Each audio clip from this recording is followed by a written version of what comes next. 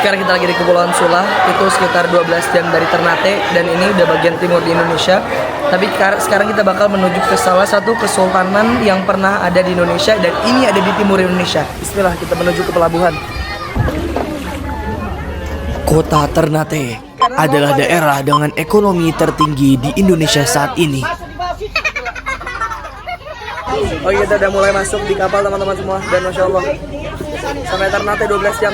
Pertumbuhan ekonomi Maluku Utara tertinggi di Indonesia, bahkan melebihi Jakarta. Membuat banyak masyarakat di kepulauan, khususnya di Maluku Utara, berbondong-bondong untuk datang ke sana untuk memulai kehidupan dan ekonomi baru mereka. Orang-orang buru-buru langsung keluar, kapal mau berangkat.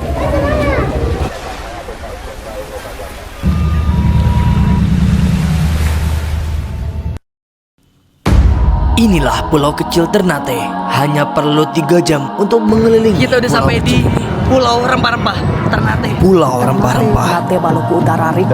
Di kota Ternate. Selamat datang di kota Ternate.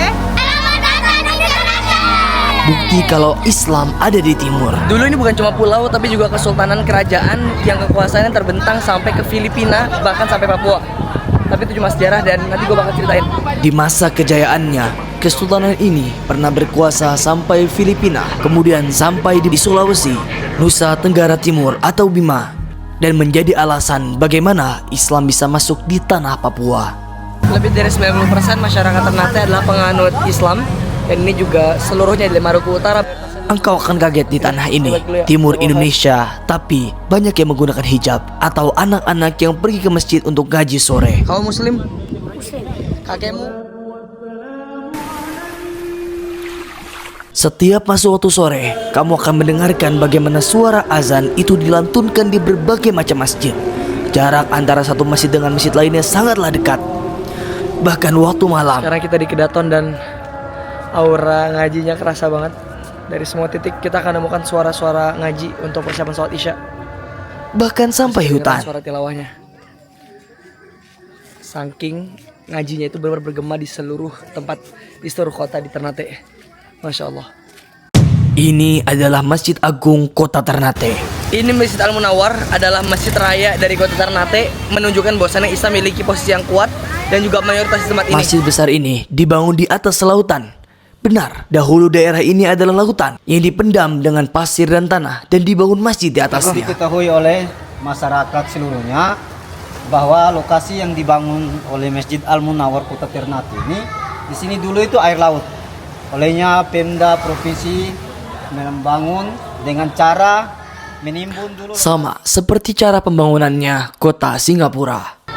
Ini dalamnya luas banget teman-teman semua. Tapi sebenarnya yang bikin unik di sini itu bukan cuma masjid yang luas. Tapi kalau misalnya gue ajak kalian semua keluar masjid ini dan ke depan, lihat apa yang lu dapatkan. Kita coba ke depan, ke belakang. Dan yang paling terkenal dari Masjid Al-Munawwar adalah Masya Allah. Lihat laut. Wow. Ini bener-bener langsung lautan. Ini masjidnya. Dan lihat ini lautannya, lihat biru banget. Sini lautannya bener biru. Pemandangan depan itu langsung view gunung, dan pemandangan belakang itu langsung view lautan.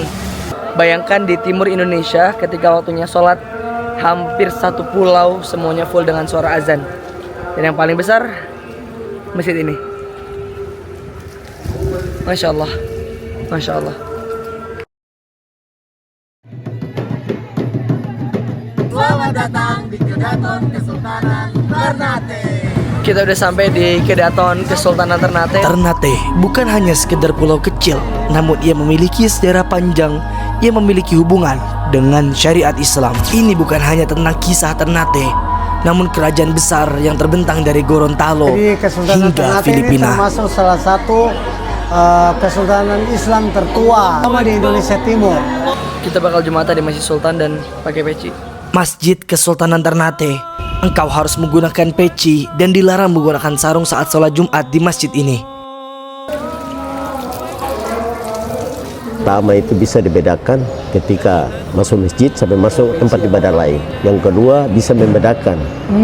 Kita sholat bisa membedakan, kita bisa tutup ini. Ini kan rambu kan bisa kenal, mencegah. jangan sampai rambut itu turun. Kalau orang tua di sini seperti itu.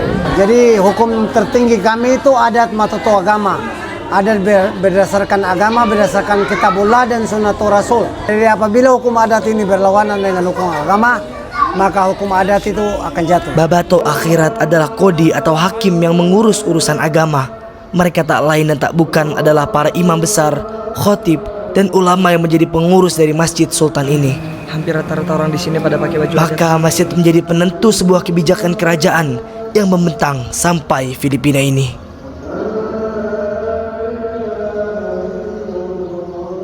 Di zaman Sultan Zainal Abidin 1500 itu baru syariat Islam itu benar-benar diterapkan sebagai agama kesultanan. Tapi sebelumnya dari 1257 Islam sudah menjadi agama para sultan. Sebelum menggunakan syariat sebagai hukum utama negara ini, raja-rajanya, sultannya udah muslim duluan. Artinya sebenarnya Islam itu udah berjaya di sini, tapi secara penerapan belum. Artinya perlu ada transformasi, tidak bisa langsung diterapkan begitu saja, karena harus ada pemahaman dan ilmu buat masyarakat setempat. Aku baru Sultan Buldan Tarunat. Ini adalah tarian Salaijin, tarian tradisional yang berasal dari Maluku Utara, khususnya Ternate dan Tidore, yang pada awalnya merupakan ritual adat untuk berkomunikasi dengan bangsa jin guna meminta pertolongan atau penyembahan. Jadi dong memanggil arwah untuk penyembuhan. Berfungsi sebagai ritual mistis untuk berdialog dengan jin. Kemudian Pak Sultan juga melarang prosesi yang bertentangan dengan syariat kayak Salaijin. Jadi ada lihat Salaijin itu memang tarian asli Ternate, tapi tidak ditarikan di dalam Kedaton, tidak ditarikan di sini karena di sini merupakan sumber penyebaran agama Islam. Lewat kekuatan politiknya, Sultan dan ulama berhasil menjadikan kerajaan Ternate menjadi tanah yang mulia dengan Islam.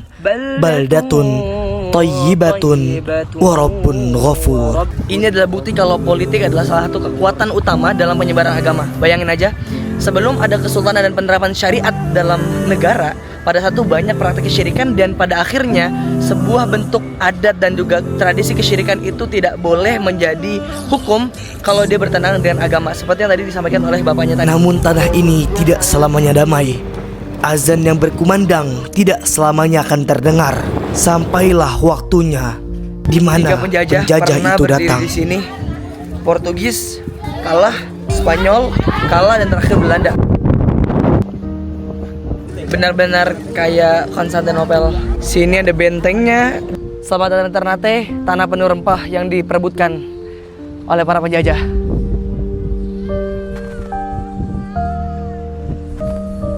Ketika Portugis pertama kali datang, dia langsung membuat perjanjian dengan Kesultanan Ternate dalam perjanjian dagang.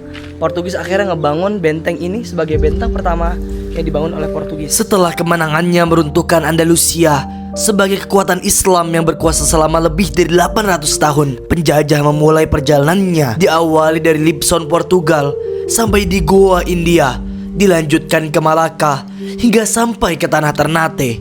Ini semua untuk 3 misi besar: Gold, Glory, Gospel. Pada saat itu rempah sangat mahal harganya sih. Bahkan kalau saking mahalnya 20 kali lipat dari harga emas jadi. Bangsa-bangsa besar benar-benar datang hanya untuk ngambil bola ini. Emas, kekuasaan, dan penyebaran agama. Dan ini buat mereka datang ke sini saling perang untuk bisa ngambil ini.